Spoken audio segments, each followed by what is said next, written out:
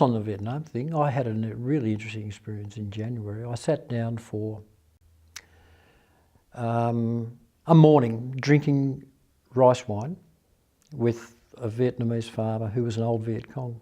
And I was introduced to him by my guide, my driver. And he'd been in D445, Terry would know about them. And he's now living in Bien Hoa, and he's my age. He's getting ready to retire. And I went to him to see him because he's also a farmer. He's got a little farm, it's only about 2 hectares.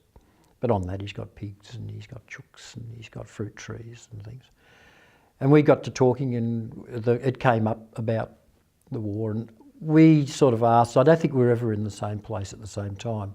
I don't think we ever actually got to look at each other over sights of a rifle barrel. But he was in the province when we were there, but not exactly where we were.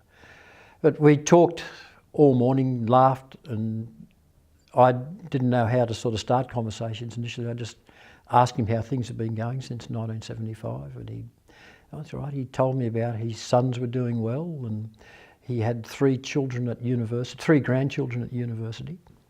And then it came to my turn, and I told him about my son, and he very sympathetically just put his hand on my shoulder and looked at me and said, "Never mind. I only had 1 son, that was sad, but never mind. Your son will give you grandchildren one day." So that was my old enemy.